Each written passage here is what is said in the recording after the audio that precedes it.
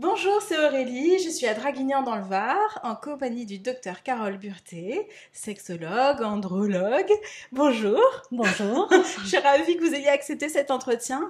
On va parler de la sexualité pendant la grossesse et après l'accouchement, si vous avez envie de nous en toucher deux, trois mots, parce que ça reste une étape aussi importante. Bien sûr, Donc, surtout après l'accouchement d'ailleurs. oui, surtout après l'accouchement, oui, il y a pas mal de choses qui se passent. Ma première question, pendant la grossesse, est-ce qu'il y a certaines peurs qui sont verbalisées par les couples? Est-ce qu'elles sont toutes justifiées ou pas? Est-ce que l'acte sexuel peut être dommageable pour la grossesse ou provoquer des choses? Alors la chose la plus importante quand même qu'il faut dire, c'est que faire l'amour quand on est enceinte, c'est absolument non seulement permis, mais au contraire encouragé, et qu'on risque pas de faire mal au bébé. Évidemment, il y a des situations de grossesse pathologique pour lesquelles il faut se méfier de certaines relations sexuelles, certaines positions, etc. Mais dans l'immense majorité des cas, faire l'amour pendant la grossesse ne fait absolument pas mal au bébé.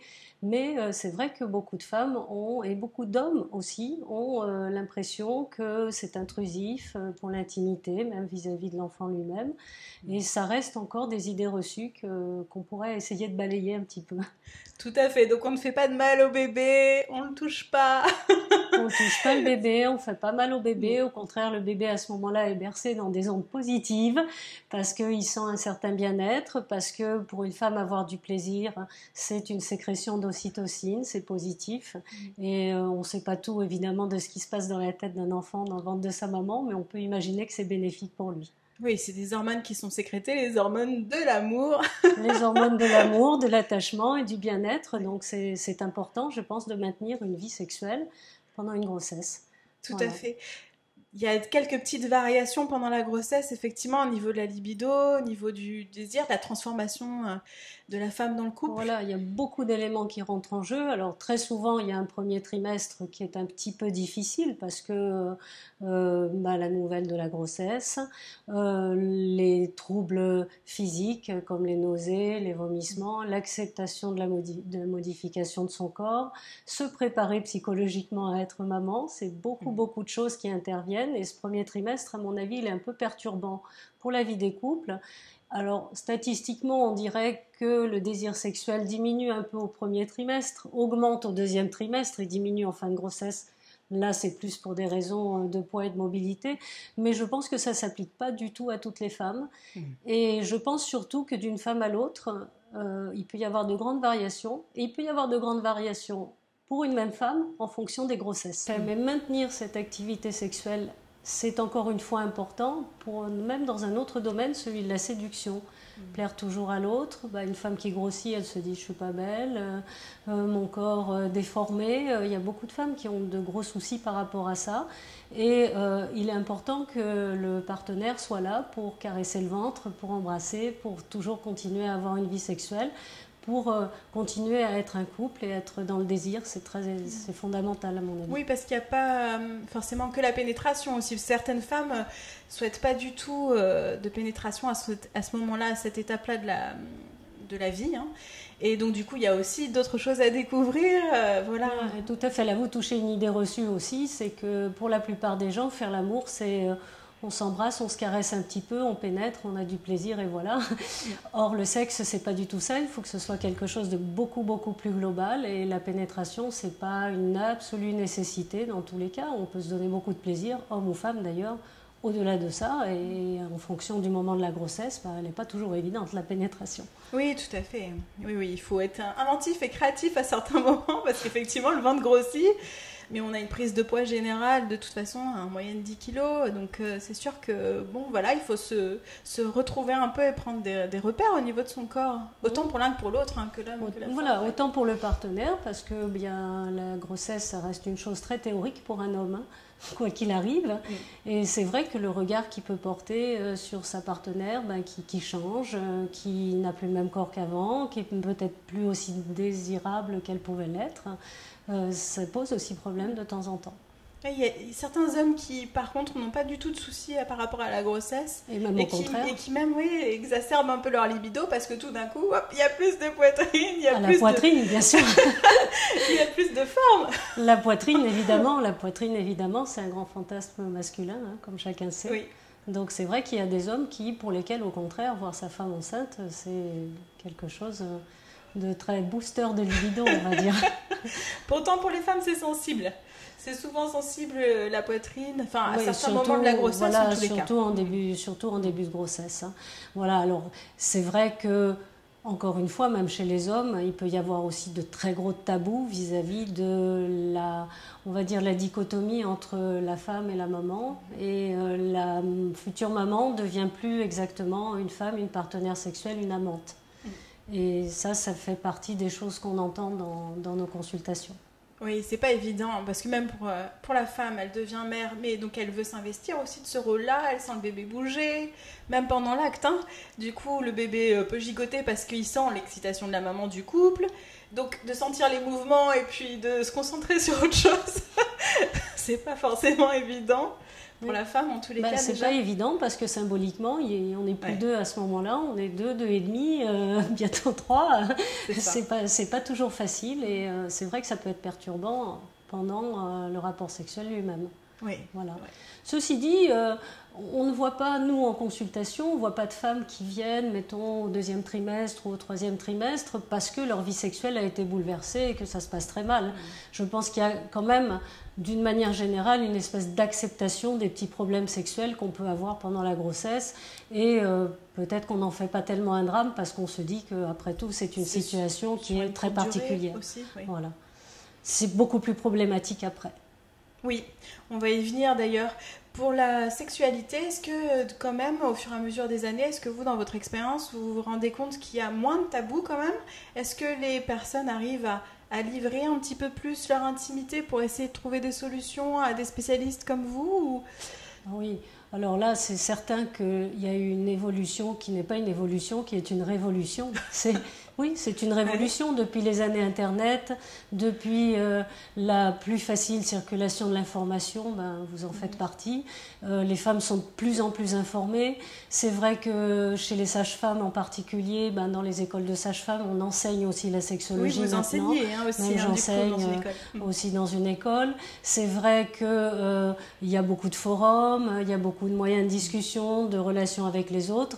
Et c'est plus des consultations fermées chez le gynécologue où on fait que mesurer le poids, la taille, et puis les éventuelles terribles échographies. On a toujours peur qu'il se passe quelque chose. Oui. Du coup, la sexualité, elles n'en parlent que peu avec leur gynéco. Mais par contre, toute cette information, ça a changé. Alors c'est vrai dans le cadre de la grossesse, mais c'est vrai surtout dans tous les domaines de la sexualité. Et la demande de consultation, elle est exponentielle. On se sent libéré, oui. Et c'est bien. Libéré dans les mots, donc oui, c'est important. C'est important parce que c'est source de conflit après, de tension dans le couple. C'est vraiment, c'est dommageable, hein, vraiment. Cet Tout à fait. Mais alors en même temps, il y a eu cette révolution qui a ce côté positif. Mais il y a un côté extrêmement négatif à ça, c'est la manière dont est présentée la vie sexuelle au travers de l'image, qui donne en fait de fausses références. Oui. Et c'est vrai que les jeunes aujourd'hui ont pour référence sexuelle ce qu'ils voient dans les films X, notamment, ou bien même à plus petite échelle dans les magazines. Et en particulier, ça fait un petit peu de mal justement du côté de la sexualité de la femme, parce qu'on s'imagine que la femme est un homme, que la femme est toujours prête, qu'elle a toujours envie, et c'est pas toujours le cas. Oui, et l'éducation à la sexualité, c'est quelque chose qui fait vraiment défaut dans l'éducation d'une manière générale. Oui, l'image véhiculée par la société en général est pas tout à fait proche de la réalité. Pas conforme à la réalité et pas conforme à la réalité de ce qu'est la sexualité de la femme. Puis pour l'instant, on parle beaucoup de sexe partout, mais on ne parle pas vraiment des problématiques qui peuvent concerner les gens. Or, beaucoup de gens vivent leur sexualité difficilement, hein, quelles que soient les périodes de la vie. Oui, il n'y a pas de tranche d'âge particulière, vous voyez. Il n'y a pas de tranche d'âge particulière pour ça, non. Malheureusement. Oui, pour des personnes qui vont oser plus facilement consulter, c'est pas forcément les 20 ans, 30 ans, 30, 40, il n'y a pas de tranche d'âge. Moi, je trouve qu'on voit de plus en plus de personnes jeunes, justement, et c'est bien. Oui. C'est une bonne chose, et ça prouve qu'ils sont informés.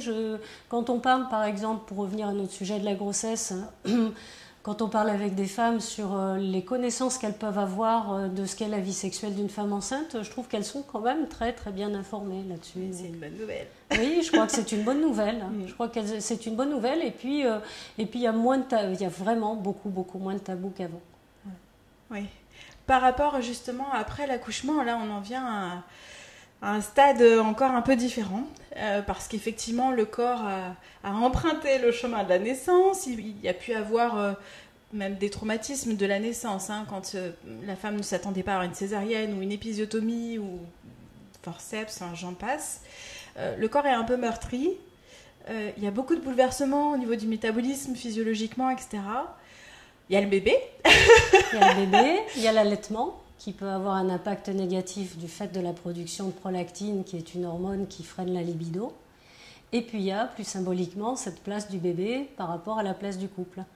Et là, la femme, elle a vraiment, et le couple ont vraiment quelque chose à négocier du côté de la parentalité et de faire vraiment cette différence entre rester quand même un homme, une femme, amant et maîtresse, hein, et être les parents de cet enfant.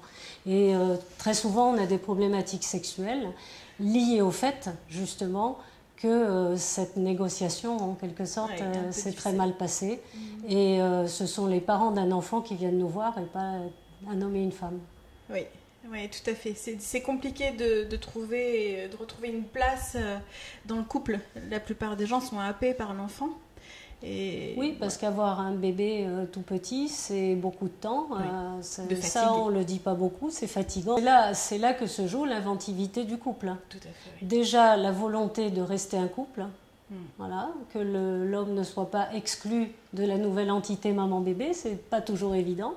La volonté d'être un couple et l'acceptation du fait que la vie sexuelle, c'est une chose qui doit toujours évoluer. On peut pas vivre la même vie sexuelle, ni après un enfant par rapport à avant, ni à 60 ans par rapport à 20 ans, et ainsi de suite. Et le couple de longue durée, c'est une sacrée gageure, en fait, parce qu'il faut que le couple puisse s'adapter à toutes les évolutions de la vie, se réinventer, et se réinventer dans la sexualité surtout. Oui, tout à fait. Voilà, la vie sexuelle, c'est pas un truc. Il faut arrêter de penser que c'est une chose innée, que c'est facile et que ça va de soi. Absolument pas.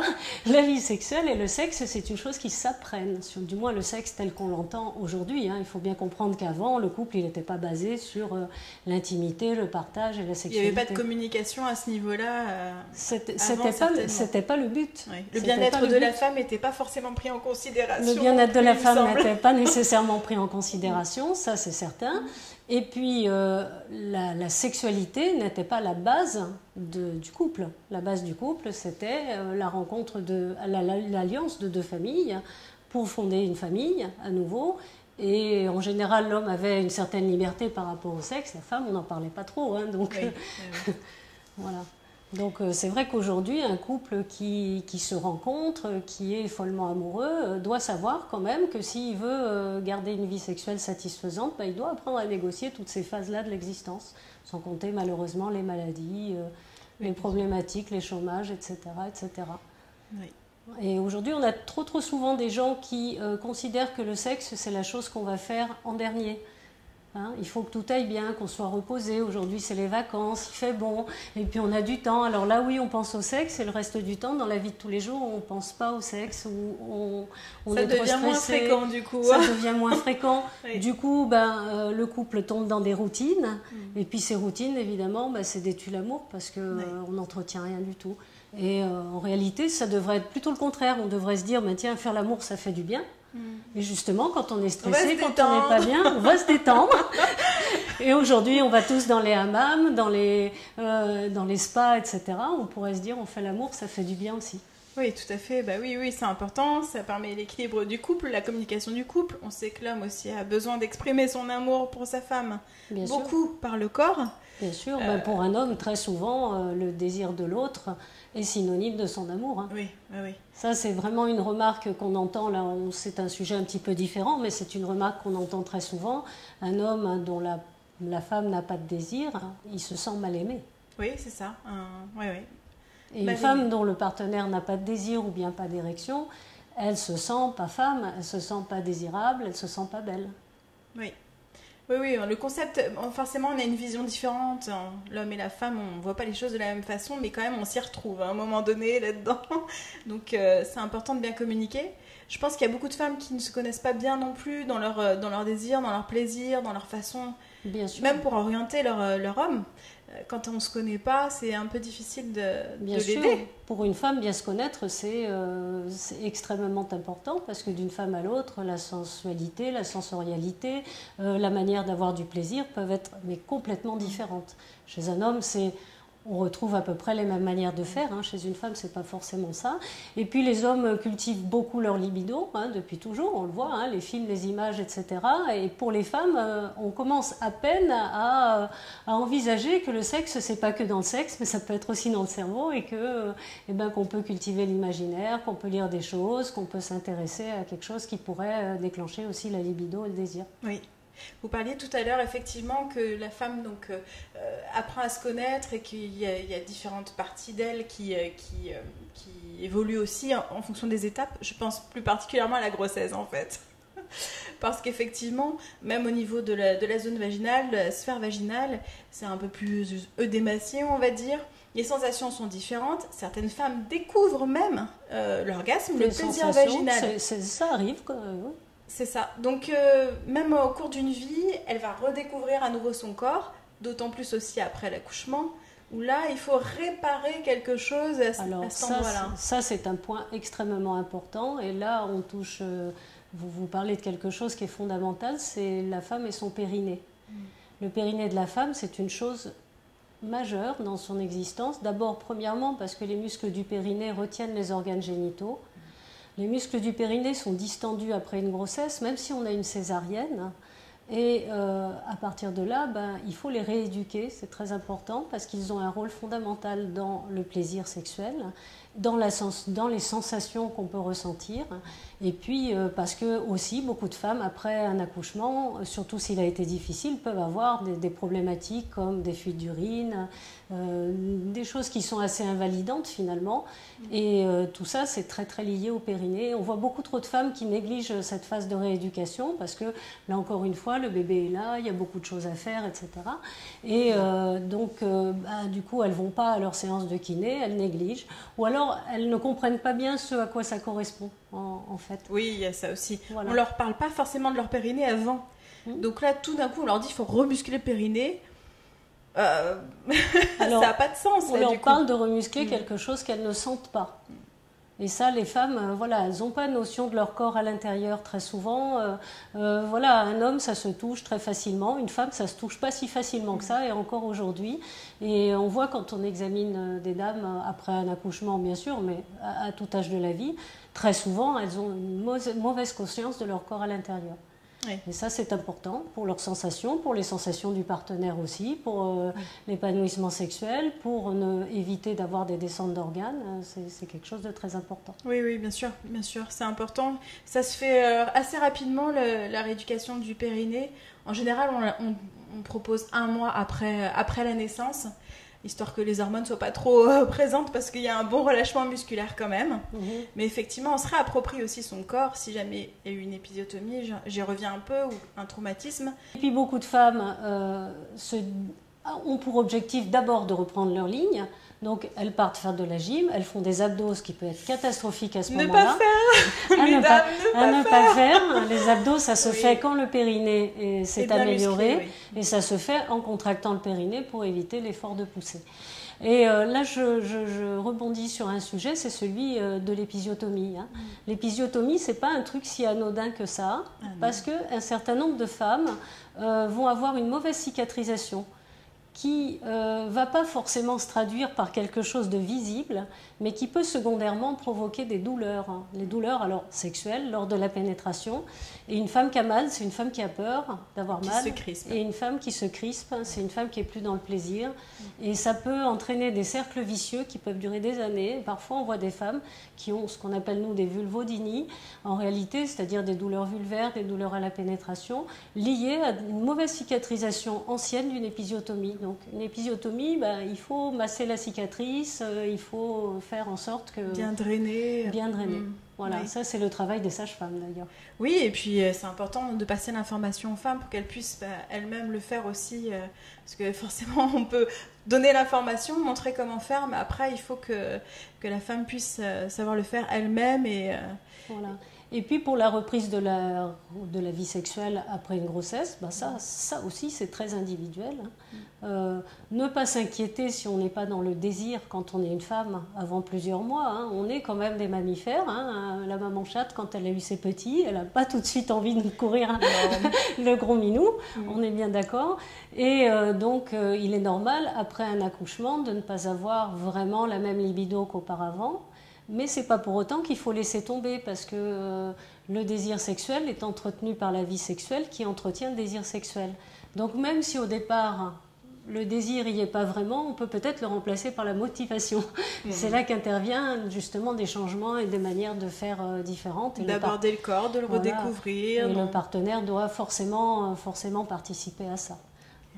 Alors quand on allait, évidemment, il peut y avoir des troubles aussi de la libido. Et donc, je crois que si la libido n'est pas au top quand on vient d'accoucher, on ne s'inquiète pas avant 6 mois, 1 an.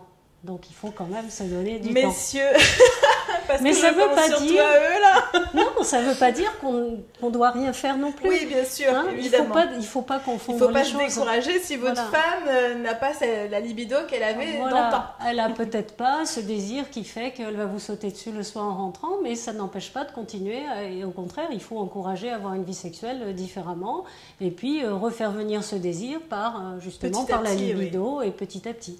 Voilà, par la libido et par l'échange. Prendre du temps de se reséduire et puis d'aller découvrir à nouveau le corps de l'autre qui a forcément changé.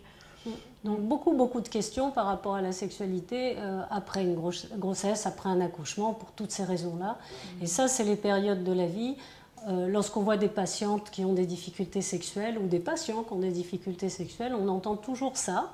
C'est « Ah ben oui, mais depuis l'accouchement, c'est plus la même chose ». Oui. Quelquefois c'est depuis la grossesse, mais le plus souvent c'est depuis l'accouchement, c'est plus la même chose, depuis qu'on a les enfants, etc. etc.